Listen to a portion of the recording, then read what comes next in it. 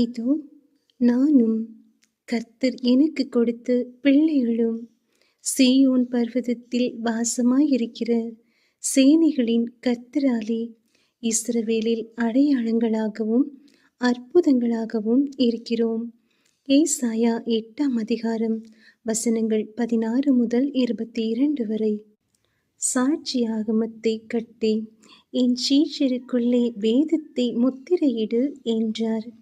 நானோ யாக்கோபின் குடும்பத்துக்கு தமது முகத்தை மறைக்கிற கர்த்தருக்காக காத்திருந்து அவருக்கு எதிர்பார்த்திருப்பேன்.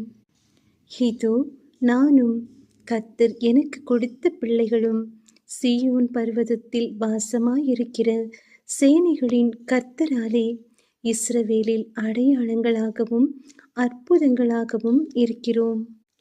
அவர்கள் உங்களை நோக்கி அஞ்சனம் பார்க்கிறவர்களிடத்திலும் முணுமுணென்று ஓதுகிற குறிக்காரரிடத்திலும் விசாரியுங்கள் என்று சொல்லும்போது, ஜனங்கள் தன் தேவனிடத்தில் விசாரிக்க வேண்டியதல்லவோ?